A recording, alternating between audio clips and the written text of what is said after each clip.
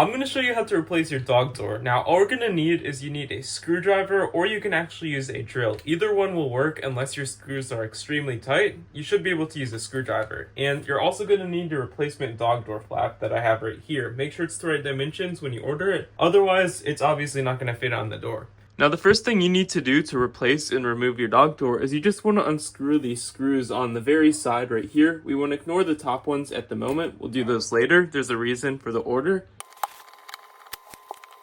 And you can see once we take out all the screws, you'll easily be able to pop out the frame just like so. Now be careful just so you don't break the frame, obviously, but it should pop out pretty easily like this. Once you've popped out the frame for the dog door, you're going to want to unscrew these screws that are attached to the actual flap. Make sure that you don't unscrew the ones from the back that are attached to the insulating factor if you have one of these. But there will only be one set of screws left until we have access to actually changing and taking off the door.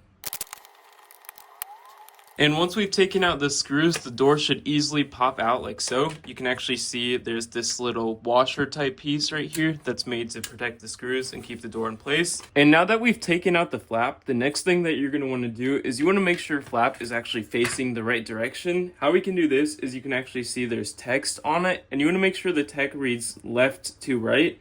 And it always faces the outside. So if that's the outside, the way that the dogs exit into the yard, you want that to face the outside. You can see it reads left to right and it faces the outside. Once you have your dog door facing the right direction, you're actually going to need to get your frame like I have here. And you're going to want to make sure it faces the direction you need to face. In this case, mine needs to face inwards like this. You can see by the screws the direction they face.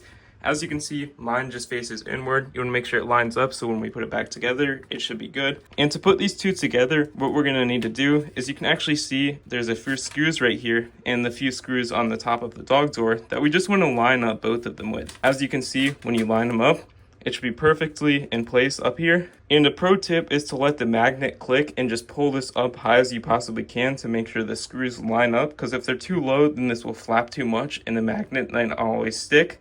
But if you pull it up and give it a little tension, as you can see up here, the screws line up a lot higher and a lot more nicely than if they were to be lower down. And you can see that leaves some slack right there, which might not be ideal. Now, once this lines up, you're actually going to want to get the replacer piece, which is basically how we're going to put their screws back in. In this case, mine is a block with some insulation, but yours just might be a block. And you just want to put that piece on this side like so. And you just want to flip it over, which is the side we need to put the screws in, as well as put our small washer piece in on the top before we put in any screws. Next thing you're going to need to do is you need to take all these little screws, and assuming all the layers are in place, the first one will be the hardest. I recommend laying it down to put them in. And as you can see, we just want to put them all in through the top like so.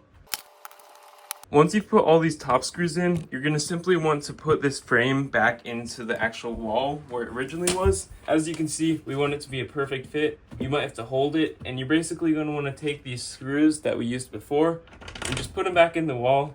And doing so, you just want to re-screw them back in, and you should be good to go. If you found this helpful, drop a like and have a great day.